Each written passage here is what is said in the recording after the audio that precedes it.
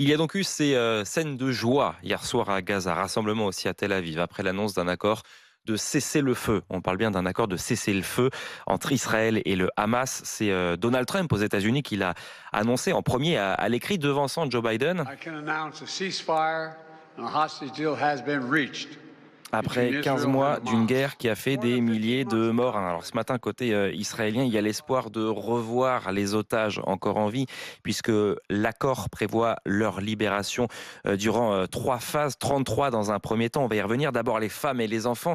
Écoutez ce matin Olivier Jaoui de la famille d'Ofer Calderon, un des 2 otages français retenus par le Hamas.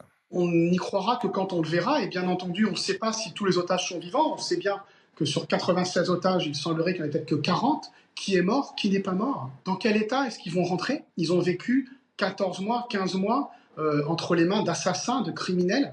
Dans quel état vont-ils rentrer? Mais s'ils rentrent, c'est déjà une bonne chose, et aussi pour les Gazaouis, qui sont les victimes de cette victime du 7 octobre en réalité, et dont on peut espérer aussi qu'ils reprendront une vie un peu plus normale. Je l'espère aussi pour eux. Mes pensées vont à Ofer et à Ohad, écrivait hier soir Emmanuel Macron parlant de 15 mois de calvaire injustifiable. L'insoumis Jean-Luc Mélenchon salue cet accord mais fustige, je cite, nos gouvernants qui ont laissé faire. Ce sont d'abord les femmes et les enfants qui doivent être libérés, d'où l'espoir ce matin pour la famille Bibas, famille dont la mère et les 2 enfants ont été capturés le 7 octobre par le Hamas, devenu un symbole, cette famille de l'horreur et de l'attente. Écoutez d'ailleurs le sentiment ce matin de la cousine de la maman. J'aimerais dire à toutes les parties impliquées dans les négociations qu'il est temps de mettre un terme à tout ça. Il n'y aura pas de meilleure opportunité que celle-ci. Il est temps de ramener nos proches à la maison. Il est temps d'arrêter cette guerre, de prouver que l'humanité peut gagner. Et tous ceux qui ont été enlevés en pyjama dans leur maison pourront enfin retrouver leurs proches. Ne nous laissez pas tomber. Les combats vont s'arrêter ce dimanche à Gaza. Grâce à l'accord de cessez-le-feu décroché et annoncé hier soir par le Qatar et les États-Unis, après plus de 15 mois de guerre entre Israël et le Hamas, une première phase de 6 semaines va donc s'ouvrir ce dimanche. Elle va permettre la libération de 33 otages israéliens et le renforcement de l'aide humanitaire dans l'enclave palestinienne. Une nouvelle célébrée dès hier soir des 2 côtés de la frontière, Romain Poiseau.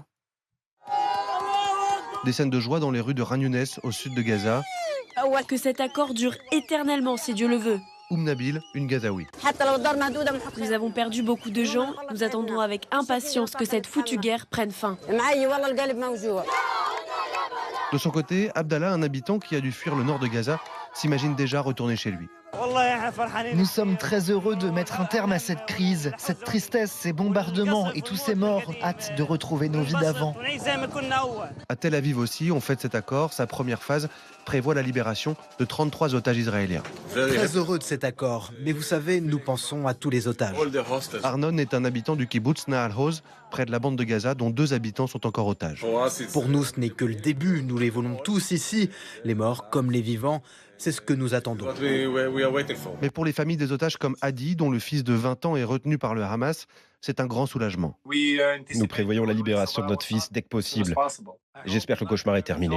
En attendant, il adresse un message à son fils. Garde espoir et tu seras bientôt dehors. Tenir jusqu'à ce qu'il soit en sécurité avec ses proches. On a donc appris tard hier soir un accord de cessez-le-feu entre Israël et le Hamas à Gaza après 15 mois de guerre. 46 000 morts gazaouis, même si le bilan est encore fluctuant. Mais ça, c'est le bilan côté Hamas. 64 otages, 94 même peut-être toujours captifs à Gaza. Là encore, les chiffres et notamment la question de savoir qui est en vie, qui ne l'est pas. Tous ces chiffres sont encore évolutifs. Bonjour Patrick Klugman. Bonjour. Vous êtes l'avocat de la famille d'Ofer Calderon. C'est l'un des 2 otages franco-israéliens encore retenus à Gaza. Comment réagit la famille ? La famille, comme tout le monde, retient son souffle. Il y a des espoirs directs et immédiats que Ofer Calderon rejoigne sa famille. Je vous rappelle, c'est sans doute la famille la plus impactée puisque sa belle-mère a été assassiné le jour de l'attaque, puisque son fils a été libéré, retenu en otage, puis libéré, et Ofer Calderon est resté. Rendez-vous compte de cette famille. On parle de 3 personnes impactées par le 7 octobre. Il pourrait regagner Israël. Est-ce que l'on sait s'il fait partie de la liste de ceux qui seront libérés et quand ? Il est censé faire partie de la liste des 33. Maintenant, on n'est pas dans un processus de fact-checking auquel vous pouvez être habitué. Donc, tous les espoirs sont permis et évidemment, donc, toutes les craintes aussi. On a vu hier d'ailleurs des réactions extrêmement prudentes de la part des familles des otages qui disent avoir aussi vécu de telles montagnes russes qu'elles ne savent plus, qu'elles n'osent plus y croire. Les premiers otages pourraient être libérés dès dimanche? Oui, il y aura une première libération de 3. On croit savoir que ce sont des femmes qui seront libérées en premier. Et puis, cette première phase va durer sur 42 jours. Et sur 42 jours, on va libérer au compte-gouttes des otages, ces 33 premiers. Alors, il y a eu des informations qui ont circulé de manière contradictoire. On disait, mais sur ces 33-là, vous avez 10 cadavres qui vont revenir parmi les 33. Après, on dit non, les morts seront restitués après. Donc, vous voyez que... Est-ce qu'on sait de qui il s'agit? C'est terrible quand on dit ça. C'est-à-dire qu'on sait qu'il y a... on sait qu'il y a des morts, mais on ne sait pas... Et Israël se bat pour le retour des corps. Et on sait que donc, parmi les libérations, on libérera des vivants et des morts. Et donc, on ne sait pas, à l'heure actuelle, qui est vivant, qui est mort. On ne sait pas sur ceux qui rentreront, dans quel état ils sont. Et donc... Pour le moment, on ne souffle pas. On retient son souffle. Et je sais de l'expérience précédente, des libérations précédentes, des négociations précédentes, réussies ou avortées, que les dernières heures, en termes de supplice enduré pour les familles, valent largement autant que les 15 mois précédents. Il faut le comprendre, il faut l'entendre. On retient son souffle. On ne sait rien.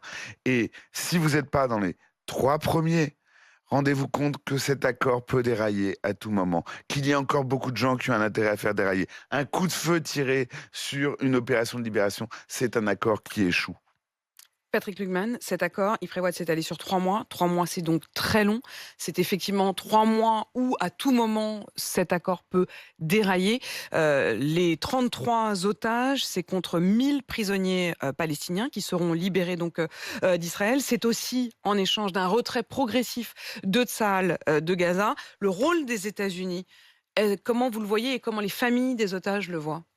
Les familles des otages, elles l'ont perçu très positivement, puisque les familles des otages, c'est quasiment devenu une force sociale, une force politique, qui est devenue en opposition quasiment frontale avec le gouvernement. Pourquoi? Avec Benjamin Netanyahu. Bien sûr, parce que pour eux, il fallait mettre la question du retour des otages en haut de la liste des priorités. Ça voulait dire la négociation dont ne voulait pas Netanyahu, qui voulait poursuivre une opération militaire. Netanyahu ne l'a fait que sous la contrainte de Donald Trump, que sous la pression de Joe Biden?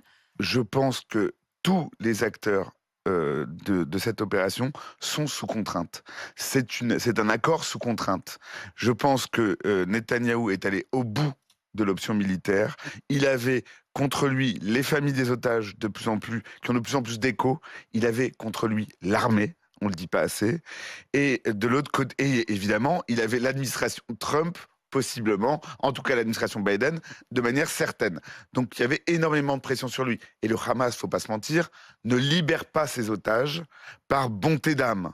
Ce sont des terroristes, ce sont des gens dont le seul but est de tuer des Israéliens. C'est pour ça qu'ils ont fait le 7 octobre, et c'est pour ça qu'on en est là. Ils sont à bout. Ils sont défaits militairement, ils sont isolés, ils n'ont plus le parrain iranien pour acheminer des armes, ils n'ont plus la Syrie qui est quand même en recomposition pour permettre cet acheminement. Donc c'est une bonne ou une mauvaise négociation, en tout cas avec tous les acteurs qui sont au bout. Et tout le monde considérera que c'est une bonne négociation à la fin si cela permet effectivement... Exactement.